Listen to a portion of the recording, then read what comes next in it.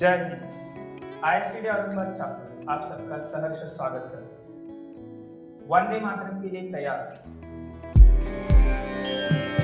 Vande Mataram Vande Mataram Sujala Suphala मलयज Sheetla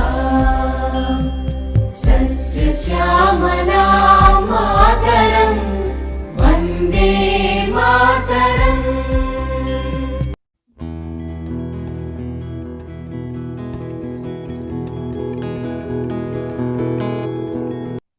Indian Society for Training and Development ISTD, the unique premier national training organization, raised on 10th April 1970 to promote development of people through continuous training. Prashikshanamastu sada prayuktam jnanaya danaya च वदनाय. May training be always utilized for knowledge dissemination and development. ISTD vision: transforming people through training and development.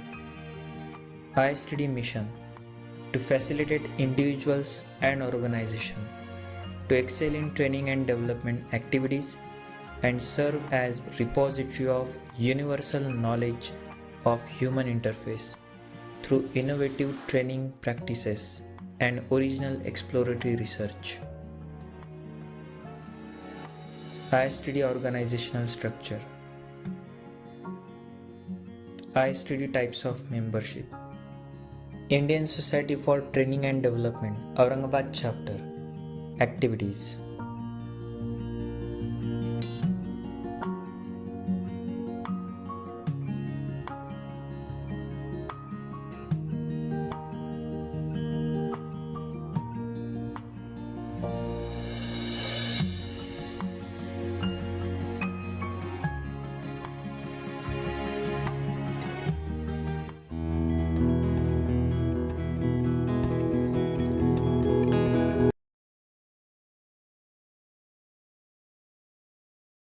Hello, आप सबका आईएसटीडी में फिर एक बार स्वागत है। आज का मेरा टॉपिक है डायमेंशंस ऑफ हेल्थ। मैं डॉक्टर अभय धानोरकर, एमडी कम्युनिटी मेडिसिन, फिलहाल औरंगाबाद में health and family welfare training centre में इंस्ट्रक्टर मैनेजमेंट इस पद पर कार्यरत हूँ। आज हम लोग सीखेंगे कि what are the dimensions of health. As you know, health is defined by various way in various dictionaries. It is defined as a just sound mind and sound body. But as per WHO, health is defined as it is a complete state of physical, social, mental well-being and not merely the absence of disease or infirmity. And recently we have added it that the person have to lead economically and socially productive life. So इस बारे में हम आज चर्चा करने वाले हैं। अगर देखे जाए तो हेल्थ को डिफाइन करना is very difficult term. Many of the persons think that it is just absence of disease. According to various persons they define their health as absence of disease. अगर हम किसी बच्चे को पूछते हैं वो हेल्दी है क्या, तो मोस्ट ऑफ द बच्चे हेल्दी ही रहते हैं, यानी चबी चिक्स वाला बच्चा इज हेल्दी ऐसा समझते हैं। किसी अगर नौजवान को पूछते हैं तो if he can run 2 kilometres without any gasping और without any shortness of breath, then he think that he is healthy. और अगर हम किसी ओल्ड एज पर्सन को पूछते हैं कि वेदर ही इज हेल्दी और नॉट, देन वो कहता है कि अगर मैं अपने डेली एक्टिविटीज अपने आप करूं, किसी की मुझे अगर जरूरत नहीं है, तो देन ही इज हेल्दी। ऐसा अकॉर्डिंग टू हर पर्सन इट इज पर्सपेक्टिव कि हेल्थ कैसा है उनका। तो इसलिए हेल्थ डिफाइन करना बहुत ही डिफिकल्ट होता है। अगर हम देखते हैं तो हेल्थ के कंसेप्ट जो है चेंजिंग कंसेप्ट है। पहले बायोमेडिकल कंसेप्ट था, बाद में इकोलॉजिकल कंसेप्ट आया, बाद में साइकोसोशियल और होलिस्टिक कंसेप्ट। फिलहाल जो है वो होलिस्टिक कंसेप्ट है।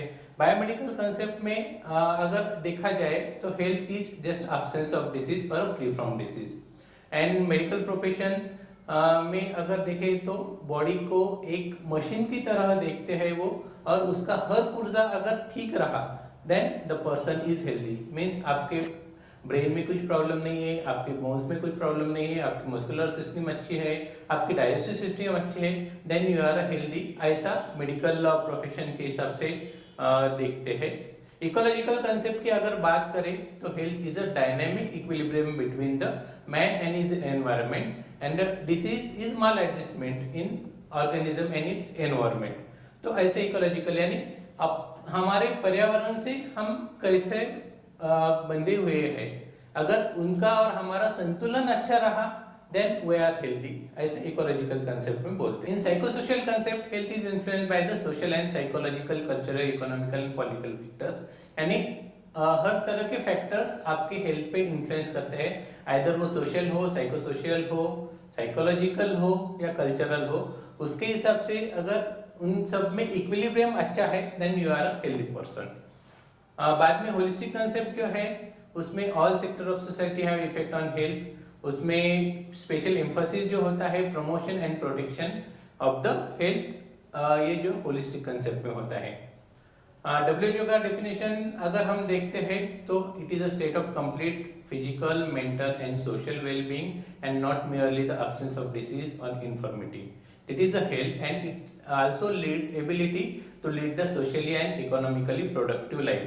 इसका अगर हर एक मीनिंग का, हर एक वर्ड का अगर मीनिंग देखते हैं तो उसमें हेल्थ का बहुत बड़ा कंसेप्ट अपने को नजर आता है। यानी physically he should be fit, he should be mentally healthy and socially wellbeing रहना चाहिए। जस्ट कौन सा तो उसमें डिसीज अब्सेंट है मीन्स वो हेल्दी ऐसा नहीं हो सकता है, या कोई इन्फर्मिटी उसमें नहीं है देन ही इज हेल्दी, ऐसा हम नहीं बोल सकते हैं। और उसके साथ में ही अभी जो ऐड किया है उन्होंने रिसेंटली कि हर person should lead socially and economically productive life, then and then only we tell him as a physically fit or a healthy person. Philosophy अगर हेल्थ की देखी जाए तो health is a fundamental right है, आप सबको पता ही है। It is a essence of productive life, then health should be multi sectoral and in between all the sectors there should be a equilibrium or there should be a balance. It is an integral part of development. अगर आप healthy नहीं हैं तो आपकी development अच्छी तरह से नहीं होगी। It is a central concept of quality of life and it involves individual, states, international responsibility and worldwide is a social goal. यानी हर एक कंट्री का सोशल गोल एक है कि उसके जितने भी पर्सन्स है उस कंट्री में रहने वाले दे should be healthy, and health कैसा रहना चाहिए as per the WHO's definition. बाद में डायमेंशंस, इस लेक्चर में हम देखने वाले हैं कि डायमेंशंस ऑफ हेल्थ कौन से होते हैं। बेसिकली 4 डायमेंशंस इंपॉर्टेंट है, that is physical health, mental health, social health and spiritual health. Some other important dimensions are emotional, vocational and the political dimensions. In physical dimensions, it is a state of physical health implies on notion of perfect functioning of body. It means your every cell and every organ functioning at the optimal capacity and the perfect harmony with the rest of the body. यानी आपका every cell and every organ पूरी तरह से functional रहना चाहिए, normal रहना चाहिए। बाकी ऑर्गन से हर सेल का और हर ऑर्गन का कोऑर्डिनेशन है वो अच्छी तरह से होना चाहिए, तभी हम फिजिकली फिट बोलते हैं उनको। Some signs of physical health are good complexion रहना चाहिए, उसकी skin should be clear, eyes should be bright, hair should be lustrous and body with firm flesh. बहुत ज़्यादा मोटा नहीं रहना चाहिए, बहुत ज़्यादा दुबला भी नहीं रहना चाहिए। उसकी सांस जो है that should be having sweet breath, यानी अच्छी बैड ओडर नहीं आनी चाहिए। बाद में उसका एपेटाइट जो है वो भी अच्छा रहना चाहिए along with the sound sleep. बाद में उसके बाउल ब्लैडर के जो फंक्शंस है they should be normal and all the activities are smoothly coordinated और इजीली कोऑर्डिनेटेड, एंड उसके जो ऑर्गन्स है they are of normal size and functioning normally as compared to the other counterparts of the same age and the same sex. उसका pulse rate, BP, exercise tolerance, they should be in the normal range. लेकिन हम जो देखते हैं physical health means उसका BP अच्छा रहना चाहिए, पल्स अच्छा रहना चाहिए, इतनी ही बात नहीं है, बहुत सारी बातें जो है दैट वो comes into the physical health. बाद में फिजिकल हेल्थ का इवैल्यूएशन कैसा करते हैं कि जनरली सेल्फ असेसमेंट करते हैं, एक चेकलिस्ट रहती है कि मेरी आंखें कैसी है, मेरी स्किन कैसी है, मेरा पल्स कैसा है, मेरी बीपी कैसा है, ये सभी अपना खुद का चेक कर सकते हैं। या कुछ सिम्टम्स है क्या वो पूछते हैं, अगर they are having any symptoms of malfunctioning, यानी सांस लेने में तकलीफ है या उनको चक्कर आते हैं, तो उससे पता चलता है कि फिजिकल हेल्थ उनका अच्छा नहीं है। इंक्वायरी कर सकते हैं, कोई मेडिसिन लेते हैं या उसका फिटनेस के बारे में इंक्वायरी कर सकते हैं, या कोई मेडिकल रिकॉर्ड्स है उसका, पहले कुछ डिसीज थे जो परसिस्ट रह सकते हैं, ऐसा भी हम उनकी इंक्वायरी करके उनका फिजिकल हेल्थ का स्टेटस जान सकते हैं। कुछ क्वेश्चनरी रहते हैं, कार्डियोवास्कुलर डिसीज रहे या रेस्पिरेटरी डिसीज है, कुछ क्लिनिकल एग्जामिनेशंस कर सकते हैं या न्यूट्रिशनरी और डाइटरी असेसमेंट करके उनका फिजिकल हेल्थ कैसा है वो हम देख सकते हैं। बाकी ऑर्गन से हर सेल का और हर ऑर्गन का कोऑर्डिनेशन है वो अच्छी तरह से होना चाहिए, तभी हम फिजिकली फिट बोलते हैं उनको। In mental dimension, mental health is not merely absence of mental illnesses but it is ability to respond to varied experiences of life, यानी हर परिस्थिति या हर चुनौती से आप कैसा डील करते हो, that is a mental health. यानी अगर बहुत ज्यादा स्ट्रेस आता है तो आपका बिहेवियर कैसा रहता है, if you are too much happy then आपका बिहेवियर कैसा रहता है, ये सब मेंटल हेल्थ में आता है। So it is a state of balance between individual and the surrounding world, a state of harmony between oneself and the others। यानी दूसरों के साथ आपका स्वभाव कैसा है, दूसरों के प्रति आप क्या सोचते हो, उनसे कैसा बिहेव करते हो, that comes in the mental dimension of the health। Mental wellbeing कैसा पहचानना है, या how will you identify the person is mentally healthy, then he should be free from the internal conflicts, उसके अंदर internal conflicts नहीं रहने चाहिए। he should be well adjusted with the surroundings, searches for his identity and he must have the strong sense of self esteem, उसमें self esteem भी रहनी चाहिए। he knows himself, his needs and problems and the goals in the life, and he must have good self control and coping with the stress and anxiety very smoothly, then the person is said mentally healthy। Then the last dimension is the social dimensions। it is a harmony and integration between the individual and the other members of the society, and between the individual and the world in which the individual lives। As per definition, it is a quantity and the quality of the individual interpersons ties and the extent of the involvement in the community। अगर characteristics हम लोग देखते हैं, what is social health, यानी in short वो person society में other member से उसके रिलेशन कैसे है, वो सोशली एक्टिव है क्या, यानी सोशल एक्टिविटीज में वो पार्टिसिपेट करते हैं क्या, कोई बर्थडे हो, कोई पार्टी हो, कोई मैरिजेस हो, उसमें वो जाता है क्या, अगर वहां पे जाता है तो उसका बिहेवियर कैसा है और वो लोगों से कैसा पेश आता है, ये सभी सोशल हेल्थ में आता है। उसमें कैरेक्टरिस्टिक्स हम लोग देखेंगे सोशल हेल्थ की, तो position of social skill and the social functioning, ability to see oneself as a member of society, यानी मैं खुद को ये सोसाइटी का मेंबर बोल के कैसा बिहेव करता हूँ या मेरा बिहेवियर कैसा रहता है वो देखते हैं। And focuses on social and economical conditions of the person end of the society. Last में spiritual dimensions refer to the part of the individual which reaches out and strive for the meaning and the purpose in life, यानी हमारे जीवन का उद्देश्य क्या है, हमारे जीवन का अर्थ क्या है, ये सब अगर वो पर्सन को समझ में आता है या उसके हिसाब से वो अगर सर्च करता है, तो अगर हम स्पिरिचुअल हेल्थ मेजर करना चाहते हैं, अगर चाहेंगे तो it can not be possible.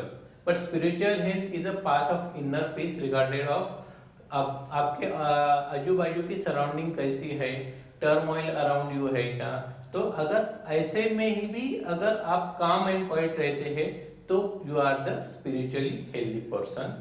Spiritual well-being provides us the system of faith, beliefs, values, ethics, and principles and morals. And a healthy spiritual practice में includes such as volunteerism, यानी खुद होके कुछ काम करना, सोसाइटी में जाके belonging to a group, किसी ग्रुप को फॉलो करना आप, या optimisation, forgiveness and expression of compassion. आप में करुणा रहनी चाहिए तो फिर ही आप स्पिरिचुअली हेल्दी कहलाओगे. ओके. बाद में इमोशनल डायमेंशंस एक है. Emotional dimensions gives you the emphasis and awareness and acceptance of the one's feeling. Emotional dimensions is wellness and emphasis and awareness and acceptance of one's feeling. यानी किसी भी condition में हम हमारे इमोशंस को कैसे कंट्रोल करते हैं. either if we are too sad or too happy, वो इमोशनल हेल्थ में आता है. People who are emotionally healthy are in control of their thoughts, feelings and behaviors. यानी वो अपने थॉट्स पे, फीलिंग्स पे एंड बिहेवियर पे कंट्रोल कर सकते हैं. They are able to cope with the life challenges, यानी जो अपने जीवन में चुनौतियां आती है उसको अच्छी तरह से वो सामने जाते हैं. And they can keep problems in perspective and bounce back from the setbacks. यानी किसी प्रॉब्लम की वजह से आपको बहुत पीछे जाना पड़ता है, या if you are very depressed तो उसमें से आप कैसे जल्दी निकल के आते हैं, that is the emotional health. Vocational dimension एक डायमेंशन है. उसमें आप आपके वर्क से कैसा एडॉप्ट करते हो, आपकी गोल्स और कैपेसिटी लिमिटेशंस आप कैसे पहचानते हो, वो है. इसमें अगर सडन आपका जॉब जाता है या आफ्टर रिटायरमेंट आप उससे कोप अप कैसा करते हो, वो वोकेशनल डायमेंशंस में आता है. अदर डायमेंशंस है जैसे cultural, socio economical, environmental, educational, preventive dimensions and the curative dimensions. उसके बारे में इस सेशन में हम लोग डिस्कस नहीं करेंगे. बाद में एक कंसेप्ट आता है positive health. Positive health means it is state of physical, mental, social and spiritual wellbeing when a person enjoys a equilibrium state with his environment. यानी पॉजिटिव हेल्थ यानी सबसे ऊपर वाली हेल्थ, यानी उसमें कौन सा भी डिसीज नहीं है and you are perfectly normal along with your social, physical, mental and spiritual जो relations है उसके हिसाब से. perfect functioning of the body and the mind and its ability to lead socially and economically productive life. यानी हर कोई चाहता है कि हमारी जो हेल्थ है वो पॉजिटिव हेल्थ रहनी चाहिए. बेटर हेल्थ मीन्स उसमें थोड़ा सा कॉम्प्रोमाइज, थोड़ा सा कुछ तो है, कौन सा तो फैक्टर्स है, दैट इज बेटर हेल्थ. बाद में फ्रीडम ऑफ सिकनेस, यानी हमको कुछ भी नहीं है, it is a third step, freedom of illness. और हम लोग जो सोचते हैं हेल्थ कि कोई भी मुझे अगर बीमारी नहीं तो then and then only I am a healthy person. It is a third step of the health. And उसके बाद में फिर कुछ इलनेसेस है जो रिकॉग्नाइज नहीं है. बाद में माइल्ड सिकनेस आता है आपको, और उसके बाद में सीवियर सिकनेस और डेथ. ये जो है वो पूरा स्पेक्ट्रम है हेल्थ का, उसके हिसाब से अपनी हेल्थ रहती है. तो we must go for the positive health. अगर हम पॉजिटिव हेल्थ की तरफ जाते हैं तो हम लोग कहीं तो बेटर हेल्थ अचीव कर सकते हैं. 6 इंपॉर्टेंट फैक्टर्स है जो डिटरमाइन करते हैं कि हमारी हेल्थ कैसी होगी. तो उसमें कुछ बायोलॉजिकल फैक्टर्स है, यानी कुछ वायरल इन्फेक्शन है या बैक्टीरियल इन्फेक्शन है, अदर कुछ बायोलॉजिकल ऑर्गेनिजम्स है जो हमारी हेल्थ पे अफेक्ट कर सकते हैं. कुछ बिहेवियर पैटर्न्स है हमारे यहाँ, सोशियो कल्चरल पैटर्न्स है. हम लोग जानते हैं कि कुछ कल्चर्स में ऐसे प्रथाएं रहती है जिसके हिसाब से उनकी हेल्थ कुछ कम या ज़्यादा हो सकती है. बिहेवियर यानी अगर स्मोकिंग के हैबिट है या उसको ड्रिंकिंग के हैबिट्स है, दैट अफेक्ट्स देयर हेल्थ. बाद में एनवायरनमेंट, यानी वो कौन से एनवायरनमेंट में रहता है. If he lives in the polluted environment, then his health will certainly hamper. Then lifestyles हमारी कैसी है, अगर हम sedentary lifestyle जीते हैं तो we are more prone for the cardiovascular disease, hypertension and diabetes. And socio-economical conditions कैसी है, हम लोग देखते हैं कि बहुत सारी बीमारियां सोशियो इकोनॉमिकली जो पुअर रहते हैं या स्लम एरिया में जो रहते हैं उनमें बहुत ज़्यादा बीमारियां पाई जाती है. और जो हेल्थ सर्विसेज है वो एक्सेसिबल है कि नहीं आपको. अगर आपके आजू बाजू में बहुत अच्छी हेल्थ सर्विसेज है तो अगर आप में एक भी सिम्टम दिखा, अगर आप वो हेल्थ सर्विस को एक्सेस करते हैं तो you will get cured early. तो उसके कॉम्प्लिकेशन नहीं होगी। ये कुछ अपने डिटर्मिनेंट्स है हेल्थ के जो आपको पता रहना चाहिए। सो आज का अपना टॉपिक जो था उसमें जो क्रक्स है कि dimensions of health and other जो है कि मेन फिजिकल हेल्थ कैसा रहता है, कैसा रहना चाहिए, उसके लिए एक्सरसाइज रेगुलरली करना चाहिए, eat healthy, be active and always ready to the function optimally. ऐसा अगर हम लोग रहते हैं तो फिजिकली हेल्दी रहेंगे हम। अगर हम मेंटली हेल्दी अपने को रहना चाहिए तो साइकोलॉजिकल वेलबींग आपकी place crucial role in the mental health. If you are feeling low then talk to someone and seek the help for that. If you want to live the socially healthy, then you have to make the friends, develop the communications, and cultivate the hobby of positive interaction with the social gatherings, and something as simple as a good laugh helps maintain the overall well-being। यानी अगर हम कहीं पे जाते हैं, if we keep smile on your face, then आपके relations बहुत अच्छे होते हैं लोगों से, आपका इंटरेक्शन अच्छा होता है। And in the spiritual health हमने देखा है कि count your blessings, let bygones by bygones, यानी जो हुआ वो हुआ, उसका ज़्यादा सोचना नहीं चाहिए। Don't be pretty and get caught in the materialism. Look for a higher meaning in the life and a higher purpose of the life. ये अगर हम लोग करते हैं तो we will achieve good health and the better health। Thank you।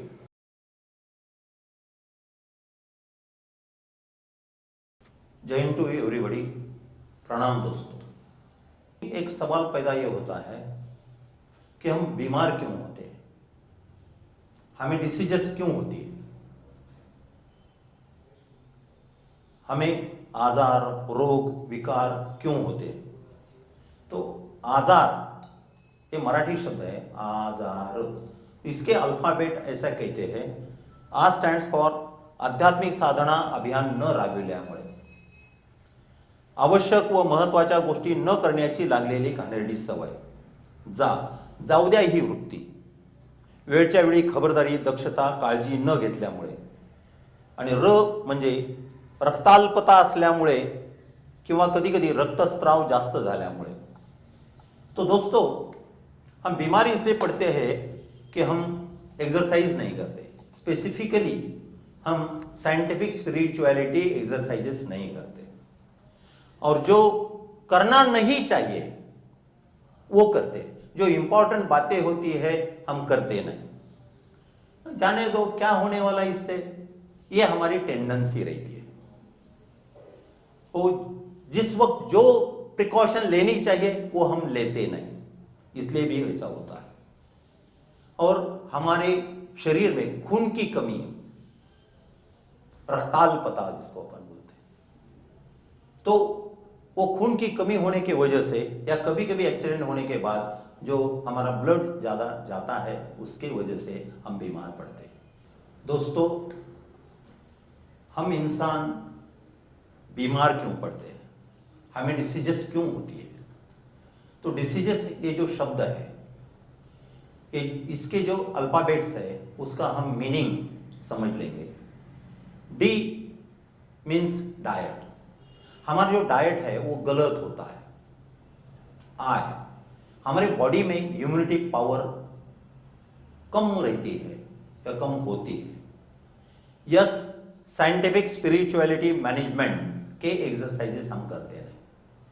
For example yoga, pranayama, meditation, surya namaskar, walking, jogging, like that. ई, हमारे जो एंडोक्राइन ग्लैंड्स है इसकी इफिशिएंसी हम मेंटेन नहीं करते, इसलिए उसके जो फंक्शन है वो अच्छे नहीं होने के वजह से हम बीमार पड़ते हैं। हमारा एटीट्यूड ये साइंटिफिक नहीं होता, सर्विस ओरिएंटेड नहीं होता है, हेल्दी नहीं होता है, पॉजिटिव नहीं है और वेलफेयर ओरिएंटेड नहीं है। बहुत बार हम जो पूरा दिन काम करते हैं, ऐसे पूरी उम्र में काम करते हैं, तो डेली हमें जो भी स्ट्रेस आता है, स्ट्रेन आता है, उसका स्ट्रेस मैनेजमेंट करने की टेक्निक हमें नहीं आती, इसलिए हम मेंटली डिस्टर्ब हो जाते हैं। हमारे मुंह में जो सलाइवा होता है, वो सलाइवा का यूटिलाइजेशन हम परफेक्टली नहीं करते। खाना खाते समय या कोई भी चीज पीते समय धीरे से नहीं होती, फास्ट करते हैं, इसलिए सलाइवा हमारे पेट में नहीं जाता, इसलिए डाइजेशन इंप्रूव नहीं होता। हमारा इमोशनल इंटेलिजेंस यानी हमारी मेंटल हेल्थ मेंटेन करने के लिए mentally we must be strong, लेकिन हमारी जो इमोशंस है, इमोशंस का यूटिलाइजेशन हम किस वक्त कैसे प्रेजेंट करना है खुद को, उसमें गलतियां होती है, इसलिए होता है। सिर्फ काम काम और काम करने से जिंदगी चलती नहीं, तो बीच बीच में हमें थोड़ा सा एंटरटेनमेंट की, एंजॉयमेंट की भी जरूरत होती है। तो हमने एंजॉयमेंट भी करना चाहिए, एंटरटेन के भी कुछ मार्ग उपायों से हम एंजॉय करना चाहिए। हमारे जो social skills and social relations वो हम मेंटेन नहीं कर पाते। हमारे जो भी एचआर है, हमारे जो पीपल है हमारे कांटेक्ट में, जिससे हम नेटवर्किंग करते हैं, उस वक्त social skills and social relations अच्छी तरह से मेंटेन नहीं होते, इसलिए बहुत सारे लोगों का स्माइलिंग फेस नहीं होता और स्वीट टंग से वो बात नहीं करते। ऐसी बाणी बोलिए मन का आपा खोए और उनको शीतल करे, आप भी शीतल हुए। ऐसी हमारी स्वीट टंग अगर है तो हम बीमार नहीं पड़ेंगे, लेकिन ऐसी स्वीट टंग नहीं है, इसलिए बहुत बार हम मेंटली स्ट्रांग नहीं रहते, इसलिए डिस्टर्ब होते हैं और बीमार पड़ते हैं और हमारी जिंदगी में मन शांति नहीं है। शांत दृष्टि से हमें जीना चाहिए।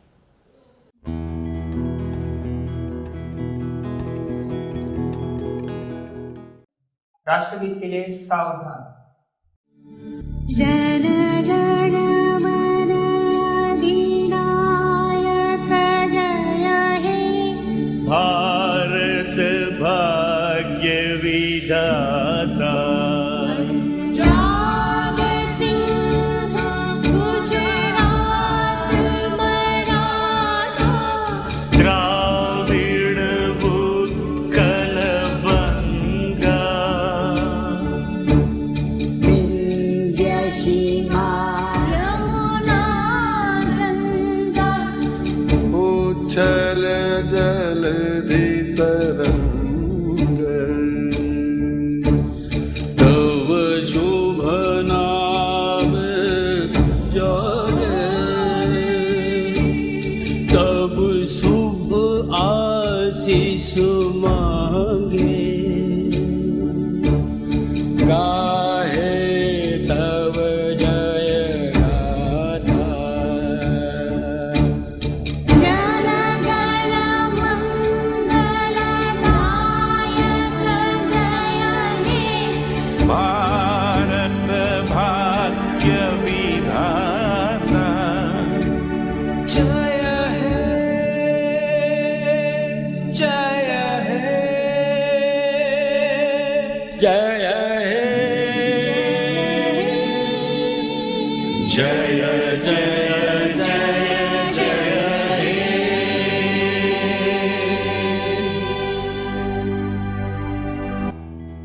भारत माता की जय, भारत माता की जय, भारत माता की जय।